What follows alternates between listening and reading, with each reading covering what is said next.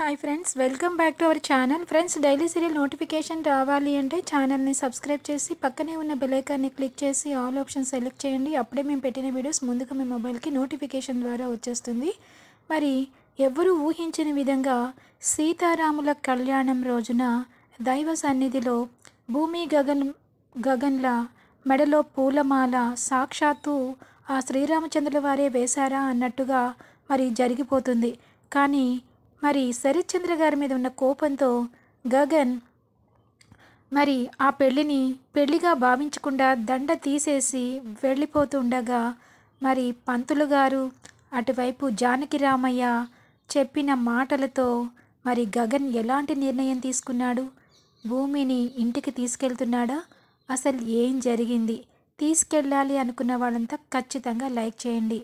మరి కుడితిలో పడ్డ ఎలుకలాగా మరి కొట్టుమిట్టాడిపోతున్న అపూర్వ, అటు నక్షత్ర. ఇంకెందుకు, ఇంకా ఆలస్యం చేయకుండా రివ్యూలోకి వెళ్దాం. ఇంకా ఎపిసోడ్ స్టార్ట్ అవ్వగానే ఇంకా ఇంట్లో అందరూ కూడా శరత్చంద్ర గారికి ఒంట్లో బాగుండక ఇంకా స్పృహలో లేకపోవడంతో ఇంకా మీరా, కృష్ణప్రసాదు, భూమి వీళ్ళంతా ఏం చేయాలో అర్థం కాక శ్రీరామనవమి పండగ వస్తుంది, ఎప్పుడు నాన్న ఆ గుడిలో అన్నదానం చేయించేవారు, నాన్నతో పాటు నేను కూడా పోయిన సంవత్సరం వెళ్ళాను కదా మామయ్య, ఈ సంవత్సరం తలుచుకుంటేనే చాలా బాధగా ఉంటుంది, నాన్న అలా ఎప్పుడు స్పృహలోకి వస్తారో, ఎప్పుడు ఏం చేస్తామమ్మా, ఇప్పుడు మనం ఎటువంటి పరిస్థితుల్లో కూడా ఇట్లా బావగారిని పెట్టుకుని ఏ కళ్యాణం చేయించలేము, అంతా దేవుడే చూసుకుంటాడు అనేసరికి ల్యాండ్లైన్ ఫోను రింగ్ అవుతూ ఉంటుంది. ఇంకా ఫోన్ మోగుతూ ఉంటే పరిగెత్తుకుంటూ భూమి వెళ్ళి లిఫ్ట్ చేస్తుంది. హలో అనగానే, హలో ఎవరమ్మా మాట్లాడేది అని చెప్పేసి అటునుంచి జానకి రామయ్య అడుగుతూ ఉంటారు. ఎవరు మీరు మాట్లాడేది అని చెప్పానంగానే, నేను జానకి రామయ్యని మాట్లాడుతున్నాను, శరత్చంద్ర గారికి ఒకసారి ఫోన్ ఇస్తారా అనగానే, ఆయన ఫోన్ ఎన్నిసార్లు చేసినా స్విచ్ ఆఫ్ వస్తుంది, ఒకసారి ఫోన్ ఇవ్వండి అనగానే, ఓ జానకి రామయ్య అంకుల్ గారా, బాగున్నారా అంకుల్ అని చెప్పేసి అంటుంది. నువ్వెవరమ్మా? నేను భూమిని. భూమి ఎలా ఉన్నావు అని చెప్పి అనేసరికి, మేమేం బాలేదు అంకుల్, నాన్నగారు కోమాలో ఉన్నారు. ఏంటమ్మా నువ్వు చెప్పేది? నాన్నగారు కోమాలో ఉండడం ఏంటి? ఒక్క మాట ఫోన్ కూడా చేసి చెప్పలేదు మాకెవరు అనగానే, తెలియదండి, అది అన్ఎక్స్పెక్టెడ్గా జరిగిపోయింది ఆయన మీద అని చెప్పి, సరే కృష్ణప్రసాద్ గారు ఉంటే ఇవ్వు మాట్లాడతాను అని చెప్పి అనగానే, మామయ్య మీతో మాట్లాడతారంట జానకి రామయ్య అంకుల్ అని చెప్పి అనగానే కృష్ణప్రసాద్ లైన్లోకి వస్తారు. ఏంటిది కృష్ణప్రసాద్, ఇంత ఘోరం జరిగితే మేమందరం లేవనుకున్నారా?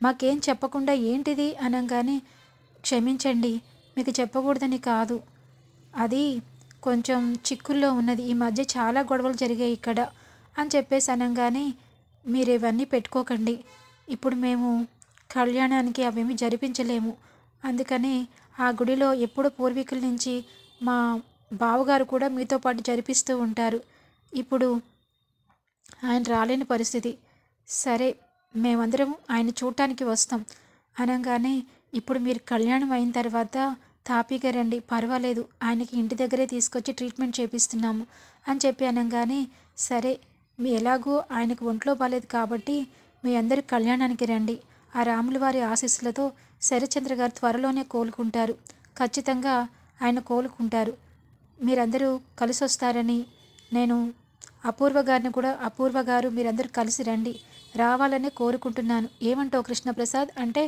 తప్పకుండా వస్తామండి, దైవ సన్నిధిలో కార్యక్రమం అంటే అది బావగారికి కూడా మనసారా కోరుకుంటే ఆయన కూడా స్పృహలోకి రావచ్చు కదా అని చెప్పేసి అంటాడు. సరే అని చెప్పి ఫోన్ పెట్టేస్తాడు. ఇంకా ఇది ఇలా ఉండగా ఇంకా శారద ఇంట్లో పూజ చేసుకుంటూ ఉంటుంది. పూజ చేసుకుంటూ ఉండగా ఇంకా పోయిన సంవత్సరం జ్ఞాపకాలని నెమరు వేసుకుంటూ మరి అలా ఏదో ఆలోచనలో ఉంటుంది. ఏం చేసి భూమిని గగన్ని కలపాలో అర్థం కావట్లేదు. గగన్ ఎంత చెప్పినా ప్రేమ ఉందంటాడు ఒకసారి, ప్రేమ లేదు అంటాడు ఒకసారి, వీడిని ఎలా అర్థం చేసుకోవాలో అర్థం కావట్లేదు. కానీ ఆయన చెప్పినట్టుగా వీళ్ళిద్దరిని కలపాలంటే నేను ఆయనతో మాట్లాడాలి అని చెప్పేసి అనుకుంటుంది. ఇంకా ఇదిలా ఉండగా గగన్ ఫోన్‌కి కూడా మరి జానకి రామయ్య ఫోన్ చేస్తారు. సీతారాముల కళ్యాణానికి తప్పనిసరిగా రావాలని ఆహ్వానిస్తారు. ఈసారి నువ్వొక్కడివే కాదు, అమ్మని, చెల్లిని కూడా తీసుకుని రావాలి అని చెప్పి అనంగానే తప్పకుండా వస్తామని చెప్పేసి అంటాడు గగన్. ఇంక వెంటనే అమ్మా, ఆ ఊరు నుంచి జానకి రామయ్య గారు ఫోన్ చేశారు. శ్రీరామనవమి కళ్యాణానికి రమ్మంటున్నారు. ఏంటమ్మా అనంగానే తప్పకుండా వెళ్దాంరా. ఎందుకంటే నేను ఎంతగానో నీ పెళ్లి కోసం ఆరాటపడుతున్నాను. ఆ శ్రీరాముల వారి కళ్యాణం చూసి అక్షంతలు నెత్తి మీద వేసుకుంటే శీఘ్రమేవో కళ్యాణం జరుగుతుందని ఎప్పటి నుంచి తరతరాలుగా చెప్తున్నారు. నిన్ను ఆ గుడికి తీసుకెళ్ళాలిరా అని చెప్పేసి అంటుంది.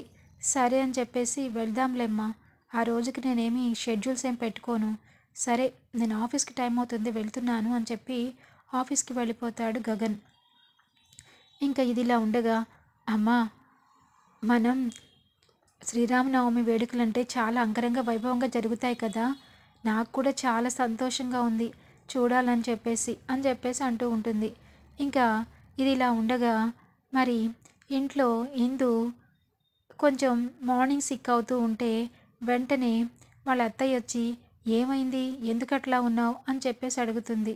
ఏం లేదు అత్తయ్య, ఏంటో చాలా నీరసంగా ఉంటుంది, ఏమి తినాలనిపించట్లేదు అని చెప్పేసి అంటుంది. ఏం తినాలనిపించకపోవడం ఏంటి, రాత్రి ఏం తిన్నావు, అరగలేదా అని చెప్పేసి అంటుంది. అలా ఏం కాదు, రాత్రి నేనేం తినలేదు అత్తయ్య.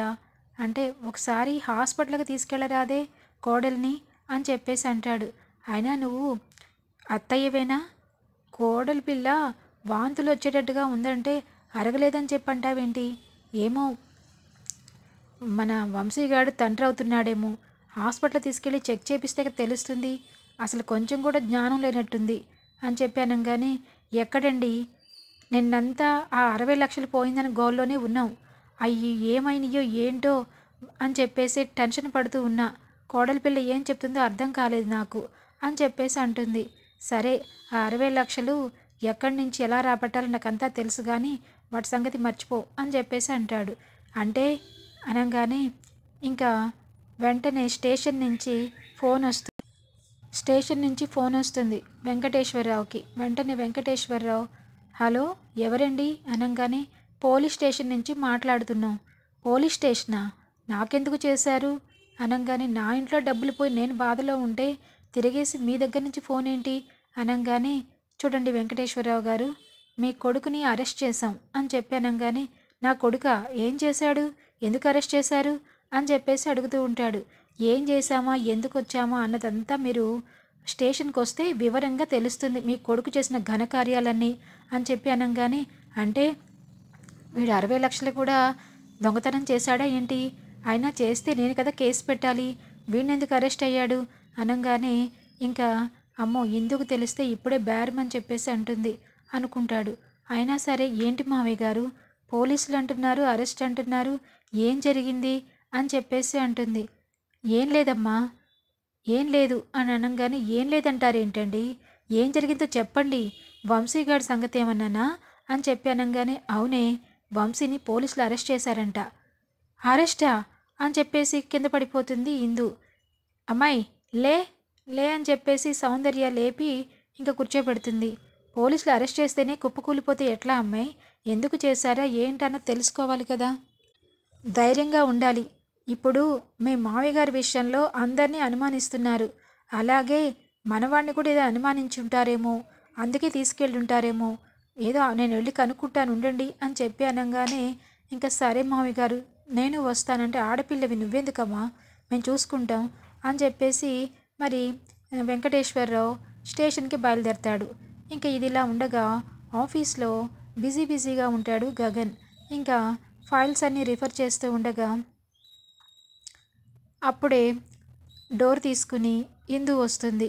ఇందుని చూసి గగన్ ఏంటమ్మా ఆఫీస్కి వచ్చావేంటి అని చెప్పేసి అనగానే అన్నయ్య అని చెప్పేసి ఏడుస్తూ ఉంటుంది. ఏం జరిగిందిరా, ఎందుకు ఏడుస్తున్నావు, ఏమైందో చెప్పు అనగానే అన్నయ్య నాకు చాలా పెద్ద కష్టం వచ్చింది. ఏం కష్టం వచ్చింది, మళ్ళా కట్నాలు కానుకలని మీ అత్తయ్య వాళ్ళు ఏమైనా బాధలు పెడుతున్నారా చెప్పు, వాళ్ళని నేను అస్సలు క్షమించేదే లేదు. వాళ్ళకి చెప్పాను 1కి 2 సార్లు మా చెల్లిని కాలు కదపకుండా చూసుకోవాలి అని చెప్పి. అనంగానే అది కాదన్నయ్య, వంశీని పోలీసులు అరెస్ట్ చేశారంట. వాట్? వంశీని అరెస్ట్ చేశారా? ఎందుకు అని చెప్పి అనంగానే, ఏమో అన్నయ్య, మామయ్య వెళ్ళారు స్టేషన్కి. నాకు బెంగగా ఉంది. ఎందుకు చేశారా అని చెప్పి. నువ్వేం బెంగపడకమ్మా. ఒకవేళ అరెస్ట్ చేసినా తీసుకొచ్చే బాధ్యత నాది. నువ్వు కంగారు పడకు. ఎందుకు చేశారు, ఏం చేశారన్నది నేను కనుక్కుంటాను. ఏసీపీ గారు నాకు తెలుసులే అని చెప్పేసి అంటారు. సరే అని చెప్పేసి, మరి ధైర్యంగా వెళ్ళు అని చెప్పి, తను ఎలా వచ్చావు నువ్వు అంటే, క్యాబ్లో వచ్చానన్నయ్య. సరే నేను క్యాబ్ బుక్ చేస్తాను, క్యాబ్లో వెళ్ళు అని చెప్పేసి క్యాబ్ బుక్ చేస్తాడు. ఇంకా ఇందు ఏడ్చుకుంటూ క్యాబ్లో వెళ్ళిపోతుంది. పాపం ఇందు వంశీ కోసం ఎంత బాధపడుతుంది. అసలు వంశీ ఎందుకు అరెస్ట్ అయ్యాడు? అసలు ఈ నైని ఏసీపీ గారు ఎవరెవరిని అనుమానిస్తుంది? అసలు శరత్చంద్ర గారి విషయంలో అనుమానించిందా, లేకపోతే ఇంకేమైనా విషయమా అని చెప్పేసి ఆలోచిస్తూ ఉంటాడు. ఇంకా ఇది ఇలా ఉండగా మరి చెర్రీ మామయ్య రూమ్లో నుంచి బయటికి వస్తాడు. మామయ్య ఎంత అవమానం చేశాడో మన కుటుంబానికి, అందుకే ఈరోజు ఇలా అనుభవిస్తున్నాడు. చెప్తే ఒక్కటి కూడా అర్థం చేసుకోలేదు. భూమి విషయంలో కూడా భూమి గగనన్నయ్యని ప్రేమిస్తున్నానంటే నిర్దాక్షిణ్యంగా ఇంట్లో నుంచి గెంటేశారు. ఇప్పుడు అదే భూమి తనకి పరిచర్యలు చేస్తున్నారు. తనని ఎంత కంటికి రెప్పలా కాపాడుకుంటుందో. నిజంగా భూమి మామయ్య కూతురుగా పుట్టడం మామయ్య అదృష్టమే అనుకోవాలి. అసలు భూమి అంత ఓర్పు, భూమి అంత తెలివితేటలు ఎవరికి ఉంటాయి ఈ రోజుల్లో అని చెప్పేసి అనుకుంటూ ఉండగా, ఇంకా భూమి దిగాలుగా కూర్చుంటుంది. ఇంకా వెంటనే అక్కడికి మీరా వచ్చి, చూడండి, మనం అందరం కళ్యాణానికి వెళ్ళాలనుకున్నాం కదా, అందరికీ నేను బట్టలు తెప్పించాను. అందరికీ కొత్త బట్టలు కట్టుకుని కళ్యాణానికి వెళ్ళాలి. భూమి నువ్వు కూడా నాన్నకి బాగాలేదు అది ఇది అని ఏం చెప్పకు. మొదటిసారి నువ్వు మా ఇంటి వారసురాలుగాని తెలిసింది. అందుకే నేను ఆన్లైన్లో మొత్తం బుక్ చేసి తెప్పించాను. ఇదిగో ఈ బట్టలు తీసుకో అని చెప్పేసి అంటుంది. అత్తయ్య, ఎందుకు అత్తయ్య ఇప్పుడు ఇవన్నీను? అలా ఏమనుకు. కళ్యాణం అంటే మాటలు అనుకున్నావా? అందరూ కొత్త కొత్త బట్టలు కట్టుకుంటారు అని చెప్పి ఇంకా చెర్రీకి అందరికీ కూడా బట్టలు తెప్పిస్తుంది. ఏంటి మీరా, బట్టలు తెప్పించడం ఏంటి? అంత డబ్బు నీకెక్కడిది అని చెప్పేసి అడుగుతుంది అపూర్వ. అదేంటి వదిన అలా మాట్లాడతావు? మా ఆయన ఉద్యోగం చేస్తున్నారు కదా, ఆయన నాకు నెల నెల ఇచ్చిన డబ్బులు దాచాను, ఆ డబ్బులతో తెచ్చాను. నేను నాకు డబ్బులు ఎక్కడివి అంటావేంటి అని చెప్పేసి అడుగుతూ ఉంది. సర్లే, ఇప్పుడేంటి మీరందరూ కళ్యాణానికి బయలుదేరుతున్నారా అని చెప్పి, అదేంటి వదిన అలా అంటావు? నువ్వు నక్షత్ర రారా అని చెప్పి అనగానే, అదేంటి మీరా అలా మాట్లాడతావు? ఆ గుడిలో మీ బావతోనే అన్నీ జరిగేవి, మీ అన్నయ్యతోనే అన్ని కార్యక్రమం జరిపించేవాళ్ళం. అందుకే మేము కూడా వచ్చి బావ త్వరగా కోలుకోవాలని చెప్పి పూజ చేసుకోవాలి అని చెప్పేసి అంటుంది. సరే అని చెప్పేసి, ఇంకా వదిన రేపు పొద్దున్నే బయలుదేరిపోవాలి వదిన అని చెప్పేసి అంటుంది. సరే, మీ అందరూ కూడా రెడీగా ఉండండి, అందరం కలిసే వెళ్దాం. మన గొడవలు ఎన్నున్నా బయట వాళ్ళకి తెలియటం ఎందుకు అని చెప్పి అంటుంది అపూర్వ. మమ్మీ, ఆ భూమి వస్తే నేను అసలు రాను అని చెప్పేసి అంటుంది. నోరు ముయ్యవే, భూమి వస్తే నువ్వు రాకపోవడానికి అలా ఎలా కుదురుతుంది? భూమిని కూడా పిలిచారు, అయినా అది వస్తే నీకేంటి నష్టం అని చెప్పి అంటుంది. ఇంకా సరే అని చెప్పేసి అందరూ కూడా ఎవరికి వాళ్ళు లోపలికి వెళ్ళిపోయి వాళ్ళ పనుల్లో వాళ్ళు బిజీగా ఉంటారు. ఇంకా ఇది ఇలా ఉండగా ఏసీపీ నైనికి గగన్ ఫోన్ చేస్తాడు. చేయంగానే, చెప్పండి మిస్టర్ గగన్, ఏంటి ఇట్లా కాల్ చేశారు? ఎక్స్క్యూజ్ మీ మేడం, ఒక చిన్న ఇన్ఫర్మేషన్. వంశీని మీరు అరెస్ట్ చేశారని తెలిసింది. అవును, వంశీని అరెస్ట్ చేశాం. అతనే ఈ శరత్చంద్ర గారి విషయంలో పెద్ద సస్పెక్ట్ అన్నమాట. మీరందరూ అనుకోవచ్చు అతనికి ఈ కేసుకి సంబంధం ఏంటి అని చెప్పి, కానీ మేము అతని యొక్క ఫోన్ ట్రాప్ చేసి అన్ని వివరాలు కనుక్కున్నాకే అతనే ఈ హత్యా ప్రయత్నం చేశారని మేము నమ్మి అతన్ని అరెస్ట్ చేశాము. ఇంతవరకు దీంట్లో చాలామందిని మేము అనుమానాస్పదంగా చూసాం, కానీ ఎక్కువగా ఈ కేసుకు దగ్గరగా వంశీనే కనిపిస్తున్నాడు అనగానే, అదేంటి మేడం, అతనికి ఎందుకు అంత అవసరం వచ్చింది? అవన్నీ మీరు తెలుసుకోవాలంటే స్టేషన్కి రండి, వివరంగా చెప్తాము అని చెప్పేసి ఫోన్ పెట్టేస్తుంది. అయ్యో! ఏంటి ఇలా జరిగింది?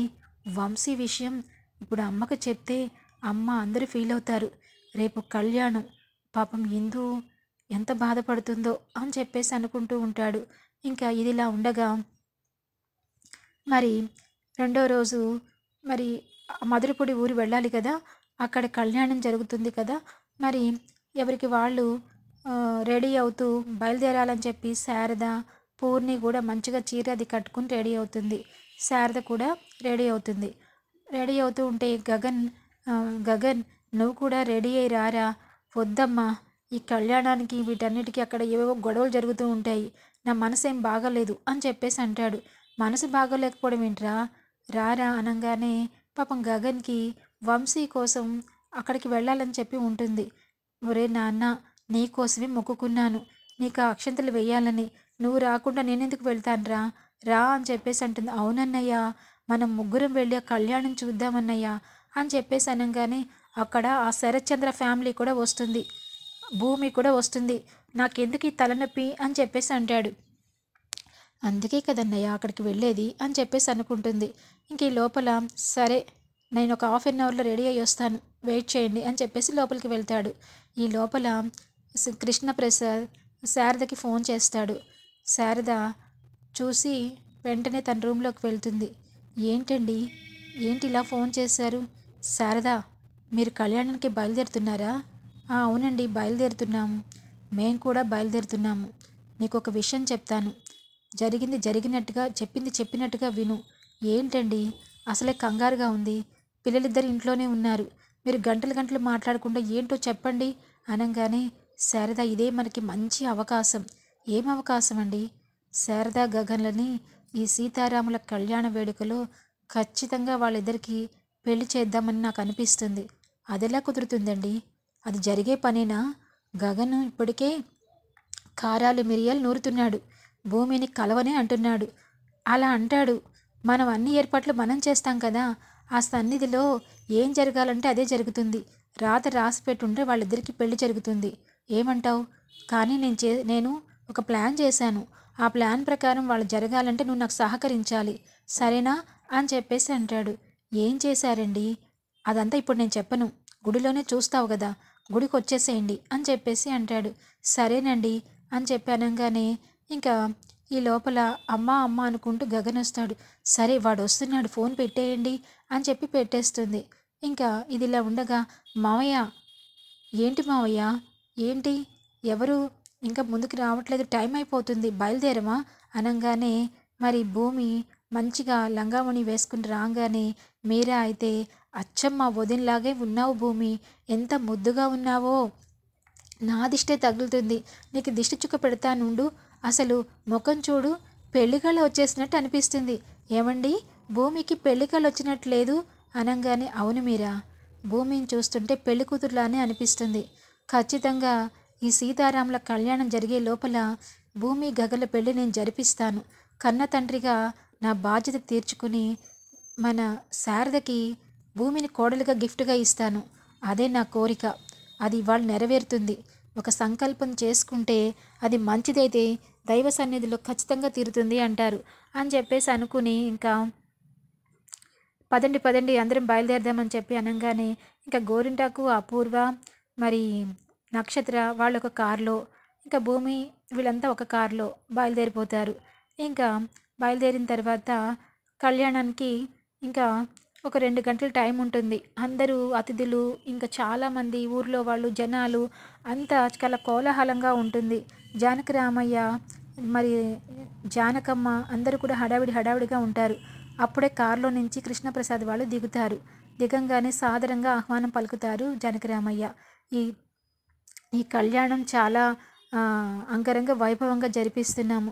ఎక్కడ ఎటువంటి లోటుపాట్లు లేకుండా చేస్తున్నాము. మీరందరూ కూడా సహకరించాలి. రండి కృష్ణప్రసాద్ గారు, రండి మీరా గారు అని చెప్పి అందరినీ కుర్చీలో వేసి కూర్చోబెడుతూ ఉంటే ఇంకా అపూర్వ అప్పుడే జానకి రామయ్యతో మాట్లాడుతూ ఉంటుంది. అన్నయ్య గారు, నేను మీతో మాట్లాడాలి అని చెప్పేసి అంటుంది. ఏంటమ్మా చెప్పు, శరత్చంద్ర గారి కోసమేనా అనంగానే అది కాదండి అనంగానే లోపల మరి శారద, తర్వాత గగన్, పూర్ణి కూడా కారులో నుంచి దిగుతారు. వాళ్ళని చూసి అపూర్వ, ఏంటండి వీళ్ళని కూడా పిలిచారా? వీళ్ళు వస్తున్నారని ముందే తెలిస్తే మేము డ్రాప్ అయిపోయేవాళ్ళం కదా, ఏంటిది రామయ్య గారు అని చెప్పేసి అంటుంది. చూడండి అపూర్వ గారు, ఒక్క నిమిషం అని చెప్పి రండి గగన్ గారు. ఇంకా వెంటనే జానకమ్మ శారదని రండి రండి అని చెప్పి లోపలికి ఆహ్వానిస్తూ ఉంటుంది.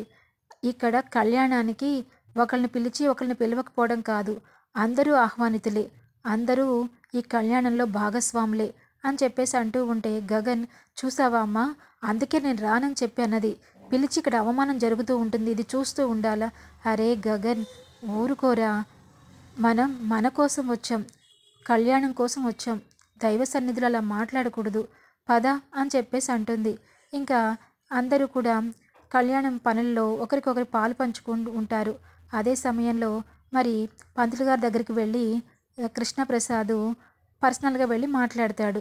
పంతులు గారు, ఈరోజు జరిగే వేడుకలో నా కొడుకు కోడలికి వివాహం జరగాలి, అది నా కోరిక అనగానే, చూడండి కృష్ణప్రసాద్ గారు, అది దైవ నిర్ణయం. ఇక్కడ మేము ఈ గుడిలో ఒక ఆనవాయితీ ఉంది, ఏంటో తెలుసా? చాలామంది వచ్చి ఈ స్వాముల వార్లకి దండలు పూలమాలలు సమర్పించుకుంటూ ఉంటారు. అది మేము ఆ పూలమాలని ఇలా ఇలా జనాలలోకి వేయక ఎవరి మెడలో అయితే పడుతుందో వాళ్ళకి శీఘ్రంగా కళ్యాణం జరిగిపోయినట్టే లెక్క. ఎందుకంటే ఆ సాక్షాత్తు ఆ రాముల వారి కటాక్షంతో వివాహం జరిగే వాళ్ళకి మాత్రమే ఆ దండ మెడలో పడుతుంది అని చెప్పేసి అనగానే, శభాష్, అది నా కొడుకు కోడలికి పడేటట్టుగా చెయ్యండి స్వామి అంటే, మేం చేసేది ఏమి ఉండదు స్వామి, అవి జరిగిపోతూ ఉంటాయి అని చెప్పేసి అనగానే, సరే అని చెప్పేసి వస్తాడు. ఈ లోపల శారద అని చెప్పేసి శారద దగ్గరికి వచ్చి మాట్లాడుతూ ఉంటే ఒక పిల్లవాడు అడ్డం వచ్చేసరికి మీరా వస్తుంది అక్కడికి. ఇంకా మీరా అని శారద అనుకుని చేయి పట్టుకుని తీసుకెళ్తూ ఉంటాడు కృష్ణప్రసాద్. ఇంకా శారద, గగన్కి భూమికి పెళ్లి చేయాలని చెప్పి నీకు చెప్పాను కదా ప్లాను, ఆ ప్లాన్ ప్రకారం ఏం జరుగుతుందో చూపిస్తాను, కానీ ఎలా చేయాలో ఎలా మొదలు పెట్టాలో అర్థం కావట్లేదు అని చెప్పేసి మీరాతో చెప్పేస్తాడు. ఒక్కసారిగా మీరా షాక్ అవుతుంది. ఏంటి, ఈ కళ్యాణంలో వాళ్ళిద్దరికీ పెళ్లి చేస్తారా? నా కొడుకు చెర్రీతో చేయాలని నేను అనుకుంటుంటే చూస్తూ చూస్తూ ఎంత పని చేస్తున్నారు, ఏమండి అని చెప్పి గట్టిగా అరుస్తుంది. ఏమైంది శారదా అని చెప్పి చూడంగానే మీరా ఉంటుంది. ఏంటి మీరా, నువ్వా? అంటే ఏంటి, ఇవన్నీ శారద అనుకునే చెప్తున్నారా? నేను మొదటి నుంచి గమనిస్తూనే ఉన్నాను, ఆ శారద ఎక్కడుంటే మీరు అక్కడే ఉంటున్నారు అని చెప్పేసి అంటూ ఉంటుంది. ఇంకా ఇదిలా ఉండగా భూమి దేవుడి దగ్గర ఉన్న పసుపుని తీసుకొచ్చి మరి ఇక్కడ అందరూ పెళ్ళైన జంటల వాళ్ళు ఒకరికొకరు కలసి పూసుకుంటూ, మరి ఆద్య తర్వాత వాళ్ళ ఆయన కూడా అలాగే చేసుకుంటూ ఉంటే భూమి వాళ్ళని చూసి గగన్ గారు ఎక్కడున్నారు అని చెప్పేసి పరిగెత్తుకుంటూ వచ్చి గగన్ దగ్గరకు వచ్చి మొహానికి పసుపు రాస్తుంది. ఇంకా ఒక్కసారిగా గగన్కి కోపం వస్తుంది. ఏ భూమి ఆగు అని చెప్పేసి భూమిని పరిగెత్తిస్తాడు. ఇంకా అదే సమయంలో అపూర్వ బలరామయ్యతో జానకిరామయ్యతో, ఇక్కడ మీరు చూస్తున్నారా, తనకి భూమికి పెళ్లి చేయాలని చెప్పి కుట్ర చేస్తున్నారు, అది కూడా భూమికి పెళ్ళంటే అసలు ఇష్టం లేదు, ఎందుకంటే వాళ్ళ నాన్నకి గగన్ అంటే పగ, గగన్ ఇష్టం లేదు, అందుకని సగం ఇలా అవ్వడానికి కారణమైంది. ఆ గగన్ మా ఆయన మీద చాలా పంతంతో ఉన్నాడు, అలాంటిది భూమిని పెళ్లి చేసుకుని తీసుకెళ్ళిపోవాలని చెప్పి చూస్తున్నాడు. భూమికి మాత్రం ఎట్టి పరిస్థితుల్లో ఇష్టం లేదు, ఎందుకంటే తండ్రి కోమాలోకి వెళ్ళిపోయాడు కదా, దీని అందరికీ కారణం ఆ గగన్ అని చెప్పి నమ్ముతుంది అనగానే, చూడ పూర్వ గారు, మీరు చెప్పిందంత నిజమైతే కనుక బలవంతంగా ఎవరు పెళ్లి చేసినా అస్సలు ఒప్పుకోను, ఏం చేస్తానో నాకే తెలీదు, ఉగ్ర నరసింహుణ్ణి అయిపోతాను, ఈ పెళ్ళి ఎవరికైనా రెండు కుటుంబాలు ఇద్దరు అమ్మాయి అబ్బాయి నచ్చితేనే వివాహం జరగాలి అని చెప్పి అనగానే, ఈ లోపల గగన్ భూమిని మరి వెంబడిస్తున్నాడని చూశారా అన్నయ్య గారు, వాడు గుడిలో భూమిని ఎలా వెంట పెట్టిస్తున్నాడో అనగానే, అంతా చూస్తున్నా అని చెప్పేసి అంటాడు. ఈ లోపల గగన్ తన బుగ్గకు రాసిన పసుపుని తీసి భూమికి రాస్తుంటే భూమి పెనుగులాడుతూ ఉంటుంది. అదే సమయంలో మరి పూలమాలలను విసిరే కార్యక్రమం కళ్యాణం ఘట్టంలో వస్తూ ఉంటుంది. ఇంకా పంతులు గారు రాములోరి కళ్యాణంలో దండలు విసురుతూ ఉంటే ఒక దండ వచ్చి మరి గగన్ భూమిల మెడలో పడుతుంది. ఇంకా దూరంగా ఉన్న పూర్ణి పరిగెత్తుకుంటూ వచ్చి, అన్నయ్య భూమికి నీకు పెళ్ళైపోయింది అని చెప్పి అనంగానే, ఏ పూర్ణి ఏం మాట్లాడుతున్నావు? దండ పడితే పెళ్ళైపోతుందా అని చెప్పేసి నక్షత్ర రగిలిపోతూ ఉంటుంది. ఇంకా దూరం నుంచి చూస్తున్న అపూర్వకి ఒక్కసారిగా గుండె పగులుతుంది. అమ్మో, ఇదేంటిది? నేను కళ్యాణం చూడటానికి వస్తే ఈ భూమి గగన్ల పెళ్లి జరిగిపోయింది. అయినా ఈ పెళ్లి జరగకూడదు, దానికి భూమికి గగన్ కలవకూడదు అని నేను అనుకుంటే ఈ పచ్చని పందిరిలో వీళ్ళిద్దరి పెళ్ళి చూడాల్సి వచ్చిందేంటి అని చెప్పేసి అనుకుంటూ ఉండగా ఇంకా గగన్, శారద అందరూ వచ్చేస్తారు అక్కడికి. రావడంతోనే ఇంకా భూమి చాలా సంతోషంగా ఉంటుంది. తనకి గగన్కి మరి సన్నిధిలో పూలమాల పడ్డం అంటే మాటలా? కళ్యాణం జరిగిపోయినట్టే. ఇంకా గగన్, ఏంటిది భూమి అని చెప్పి దండ తీసేసి సీరియస్గా అక్కడి నుంచి వెళ్ళిపోబోతూ ఉంటాడు. ఎదురుగా శారద వచ్చి, పూర్ణి వచ్చి, ఏంటన్నయ్యా దండ తీసేసావేంటి అనంగానే, మరి లేకపోతే ఎవరితో పెళ్ళయింది? ఏం మాట్లాడుతున్నావు అనంగానే అప్పుడే బలరామ ఇంకా జానకి రామయ్య, పంతులు గారు, ఆ తర్వాత జానకమ్మ అందరూ కూడా అక్కడికి వచ్చేస్తారు. గగన్ ఇంకా దండం తీసి ఇలా పక్కకి పెట్టైపోతూ ఉంటే, ఆగయ్యా బాబు ఆగు అని చెప్పేసి అంటాడు. ఏంటి, ఏం చేస్తున్నావు నువ్వు? అంతా నీకే తెలుసు అనుకుంటే ఎలా అని చెప్పేసి అనంగానే, ఏంటి పంతులు గారు ఏం మాట్లాడుతున్నారు? చూడయ్యా, పెట్టి పొట్టుండాలి. ఈ రాముల వారి కళ్యాణం జరుగుతున్నప్పుడు మీ ఇద్దరి మెడలో పూలమాల పడింది అంటే సాక్షాత్తు మీ ఇద్దరు పెళ్ళైనట్టు, మీ ఇద్దరు భార్యాభర్తలతో సమానం. అలా దండ తీసేసి ఒక్కడివే వెళ్ళిపోతున్నావేంటయ్యా అనంగానే ఇంకా జానకిరామయ్య కూడా, అవును, ఈ గుడిలో చాలా తరతరాలుగా వస్తున్న ఆచారం. అలా పూలమాల పడితే పెళ్ళి అయిపోయినట్టే లెక్క అనంగానే అపూర్వ, ఏంటన్నయ్య గారు మీరు కూడా అలాగే మాట్లాడుతున్నారు అనంగానే ఇంకా గగన్, దండ పడితే పెళ్ళైపోతే ఎట్లా పంతులు గారు? అది నీకు తెలీదు. అది దండ కాదయ్యా, సాక్షాత్తు రాముల వారి మెడలో నుంచి వచ్చిన దండ. అది ఏ జన్మలోనూ ఎవరు భార్యాభర్తలు కావాలని రాసిపెట్టి ఉంటే వాళ్ళకు మాత్రమే పడుతుంది. నువ్వు ఈ రోజు నుంచి ఆ అమ్మాయి నీకు భార్య అని చెప్పేసి అనంగానే రగిలిపోతూ ఉంటుంది నక్షత్ర. అది భార్య ఏంటి? బావని నేను పెళ్లి చేసుకోవాలి అనుకుంటే విచిత్రంగా ఇలా జరిగిందేంటి? నేను ఒప్పుకోను అని చెప్పి గట్టిగా అరుస్తుంది నక్షత్ర. నువ్వెవరే ఒప్పుకోకపోవటానికి అని చెప్పేసి ఇంకా భూమి అడుగుతుంది. చూడండి, ఇది ఏదేమైనా సరే నాకు కొంచెం టైం కావాలి అని చెప్పేసి అంటాడు. చూడు, ఇంకా కళ్యాణ గట్ట చాలా ఉంది, మీరందరూ వచ్చి కూర్చోండి. నేను చెప్పింది అక్షరాల నిజం. చూడయ్యా, నువ్వు భూమిని నీ చేత్తో పట్టుకుని తీసుకురా, మీ చేతుల మీద స్వామివారికి కళ్యాణం చేయించండి అని చెప్పి అనంగానే గగన్ ఏం మాట్లాడకుండా అలా నించుంటాడు. అరే గగన్, వెళ్ళరా, వెళ్ళు, దేవుడు ఆ స్వామివారికి కళ్యాణం జరిపించు అని చెప్పి అనంగానే మరి భూమి గగన్లు సీతారాముల కళ్యాణంలో మరి దంపతులుగా కూర్చుని ఆ తలంబ్రాలని వీళ్ళ తలంబ్రాలుగా మరి ఆ పెళ్ళిని ఈ పెళ్లి వెడుగుగా చేసుకుంటూ ఉంటే మరి పక్కనే ఉన్న నక్షత్ర అపూర్వ పరిస్థితి మరి కుడితిలో పడే ఎలుకలాగా కొట్టుకుంటూ ఉంటున్నారు. మరి దైవం ఒకటి నిర్ణయిస్తుంది కదా, సంకల్పం గట్టిదైతే తీరిపోతుంది. Thanks for watching. హాయ్.